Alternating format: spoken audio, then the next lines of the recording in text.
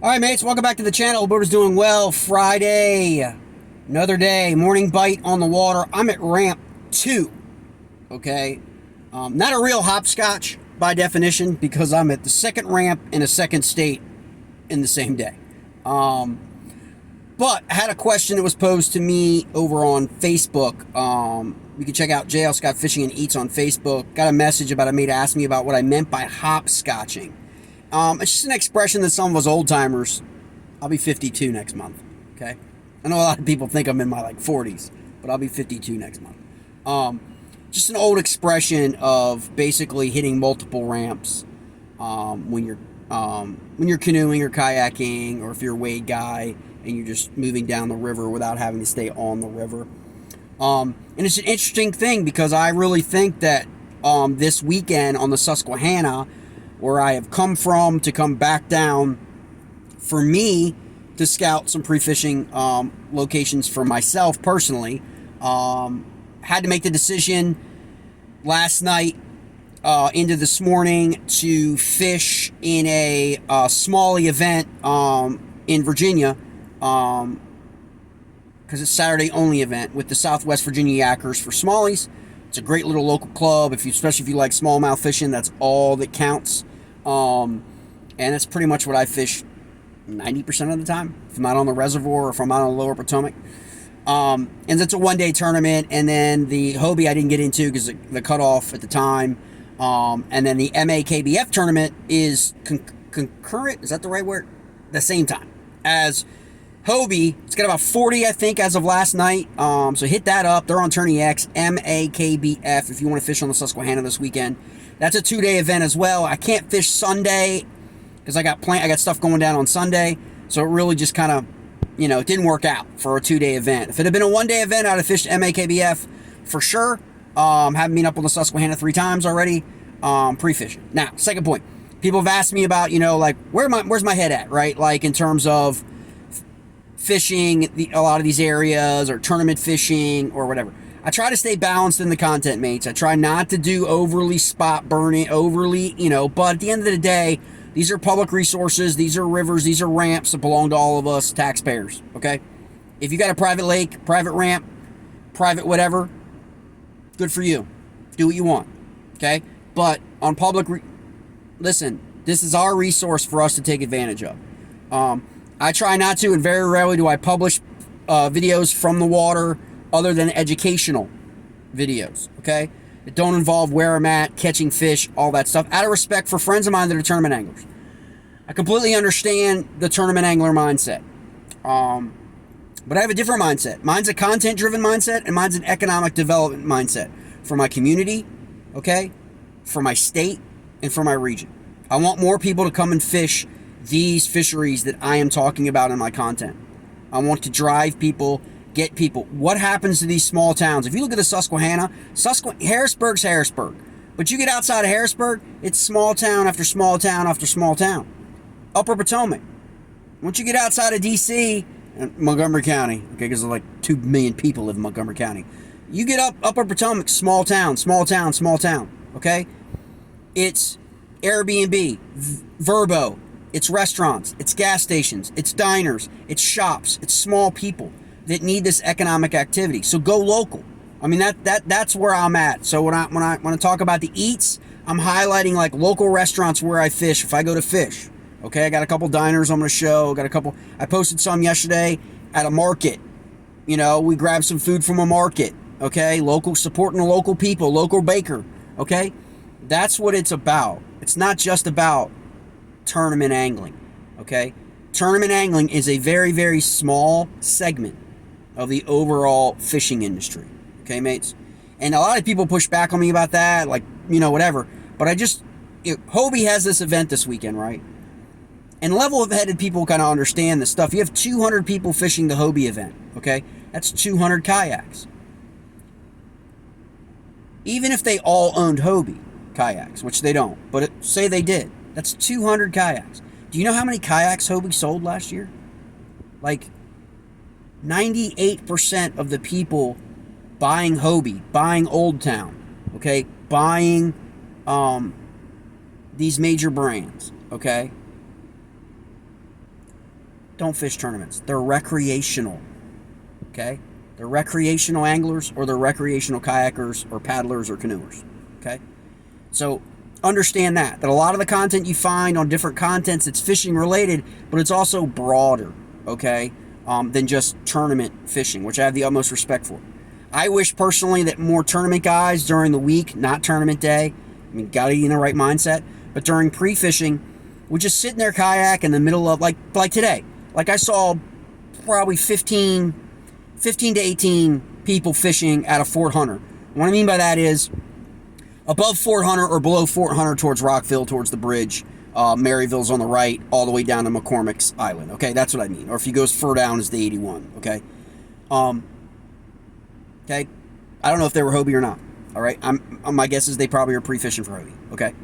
I would like to see myself as like, you know, someone who's interested in river life, river angling, fishing. Okay, the Susquehanna. Just to have them put videos, sit them in the middle of the river, right? Beautiful backdrop, beautiful scenery, and do a video promoting the Susquehanna. Not where they're fishing, not their spots, not what lures or baits. No one expects them to talk about that necessarily before an event. I mean, you know, you can't fault people for that. That's what I do. That's my job. Okay, it's content, is to talk about baits, and I will in a second. But I would like to see more of that because it promotes economic development. It gets people talking about it. It gets people interested in visiting. It gets people, it's not just about the 200 anglers there. It's the 1,000 anglers that are going to come after them because of the show that they put on this weekend. And speaking of the show, I had a guy message me about, if you're not fishing the event, you're doing this, you're doing that, you're giving away stuff. I'm not giving away anything, okay?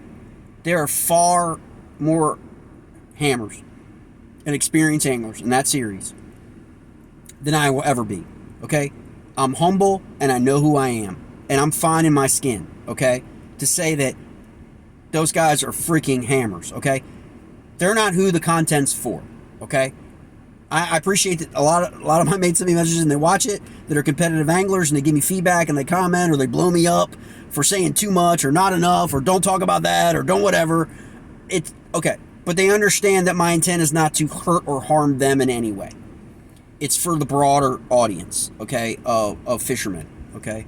Bass, jet boat, kayak, canoe, bank, wade fishermen, everybody. The entire segment, not just kayak bass fishing, okay? And when I look at that, I guess we think that people come for things from a different space. I need to be cognizant of that fact, be a little bit more, admittedly. But at the end of the day, I want to get more people to fish these, bodies of water. Right now, I'm working very, very hard. I am trying to get a KBF event, or any national trail event for that matter. I don't know why Bass isn't interested. Because they fish there with boats on the James River. It's where I grew up. I grew up on that river after I moved there when I was 12. Okay? I was there during all the Bassmaster Classics when Bass was there. Okay? That's where I met Rick Klung. It's where I met Gary. Come on, man. Old school. Woo Daves. Old school. Okay? Because I'm getting there, man. Look at the gray. Look at this salt and pepper. Okay? I'm getting up there. 52 next month. All right? When I was a kid, that's what those guys were. Okay? 40s. Right? And we need to get back to that. We need to get back to that fishery, okay? To my knowledge, there's never really been a major kayak fishing event on that fishery. It is the best fishery, hands down, period, for largemouth the last 2-3 years. It is freaking coming back. Coming back. You look at the Bass events, you look at the MLF events, I don't care if it's Toyota, Tackle Warehouse, BFL, you look at the Northern Open, I don't care. That's a bass catching factory. James River, Chickahominy River. Okay, we need a kayak event there. Okay, and so, but you got to knock on doors, you got to send messages, you got to get on people. There's got to be. There's all this other stuff that goes around. Same with Susquehanna. Susquehanna to the smallmouth, to me, is what James River to the largemouth is. It's a machine. Okay, and when you get on it, you get on it. It's on. It's hammer time. Seriously, do the dance. Okay, that's how great these fisheries are. So we want to market them, economic development, get more people, make more people aware, travel, ecotourism. It's not necessarily just kayak bass fishing, okay? It's also everything else on the water that you bring to rivers and all that. So that's where my mindset is. So today we took a look at a little bit more. Wanted to check out the morning bite. Okay, here's the deal. Water level's still the same as it was. Okay, back here on Tuesday, or not here where I am now, but because I'm freaking 2 hours away from almost 2 hours away from where I was. But there this morning, water level's the same as it was on Tuesday, up near Fort Hunter. Okay, same. What's different is moisture in the air, cloud cover, a little bit of rain. Thunderstorms are probably hitting it now. We'll probably hit again at 8 o'clock to 10 o'clock. That's normally what happens at the house up there. Like 8 to 10, there's always like some kind of small little rain event. Even though those rain events aren't going to really impact the water level in Harrisburg proper, they can affect the fishing environment of the fish that are there, okay? And so I think the topwater bite's going to be key tomorrow morning to like 9. What I was talking about before about hopscotching, I think the guy or gal that plays a topwater bite in one spot or plays to a bite dies dead and then packs up and moves. And the critical aspect of that is, and I've talked to a few people, how efficient you are getting in and out of the water. I'm a talker, okay? I get stopped at the ramp all the time. My wife hates it, okay? Because I could be texting her, I'm pulling off the water now, and an hour later I get home and she's like, the ramp is 16 minutes from the house. What you been doing? Right? Talking. People talk about baits. Talking up the guy at the ramp who's been fishing off that ramp for freaking 50 years. Getting the juice. That's where the juice is from. Juice is from the old timers, man, who've been fishing out of that ramp freaking their whole adult life. Okay? Building relationships, talking to people. That's what it's about. Okay? I understand people think it's about winning tournaments, and it is on some level to people, but man, it's about relationships, man. It's about, like, you know, people willing to share, you willing to share, right?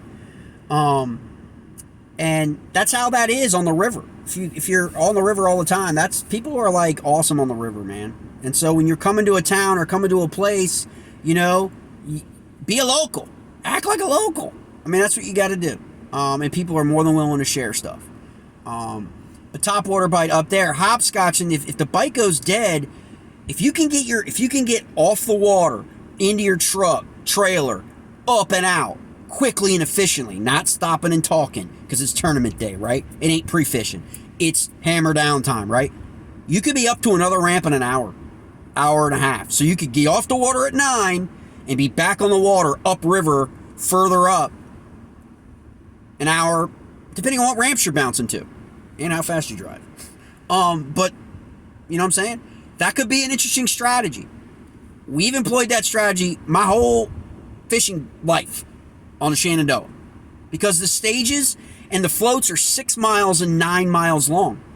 If you're going to do that float and you're committing to that float, you're done. If the bite's not happening on that float, you're done. You're toast. You got to be willing to come off the water. You got to be, and obviously being allowed to within the rules and all of that good stuff, okay? But you got to be willing to, especially if you have a motor, you're good because you can go down or come back and go down it again and come back. But the Hobie event, there's no motor.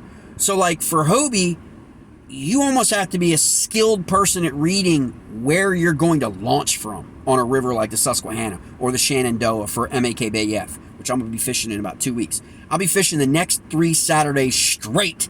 I'm digging it on the river. This is my favorite time of year.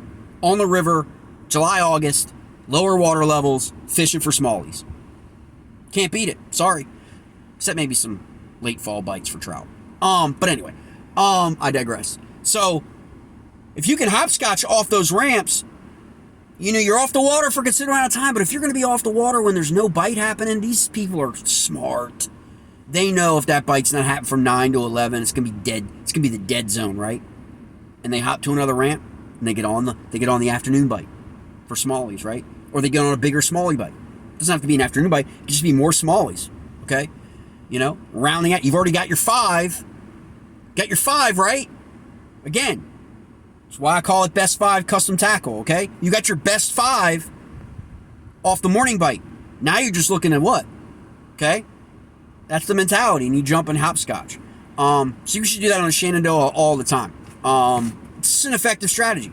I don't know if anyone will employ it, but if they do, I would start south. I would start at Goldsboro. I would go out of the Goldsboro ramp. I would hit off Goosehorn. I would go looking for largemouth in the morning on a morning bite. That's what we did.